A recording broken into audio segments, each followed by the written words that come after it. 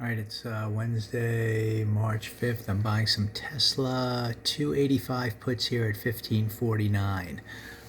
This is on a little bit of a rally on the 5-minute chart that's starting red. We're kind of a little bit into this gap here. I'm comfortable on the 15-minute chart that on bar 3, we took out the first bar high and then failed, started a little lower. We're just kind of pausing here. It looks like, in the realm of taking out higher highs and eventual lower lows, the first bar low, then that can set off a continuation of the downward trend in play after a little bit of a pause yesterday. Obviously big downtrend in play, and we still have room to run here. If we look at the weekly chart, as we stay negative on the week, I'm still biased to the downside, and there's still this big green bar low here below 240 to potentially take out until this weekly chart reverses to the upside. So I'm kind of looking at this 15-minute price action.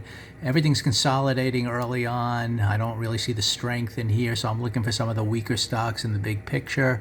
And just the fact we had this big selling tail and we're kind of at the midpoint of that and having a little bit of a push up here to buy the puts, I'm going to anticipate we kind of hold the midpoint of this bar here and eventually kind of roll over to the downside, take out those lows and start working lower in line with the downtrend. So that's kind of the big picture outlook. I'm kind of watching price action closely here, and I just sense that at some point we will head lower with a pretty tight stop if things really get strong green and start approaching this high up here. But let's see if the context of the downside plus the choppiness gives you an opportunity to buy some puts here with a pretty tight stop, just given this opening price action that failed breaking above bar 1 high.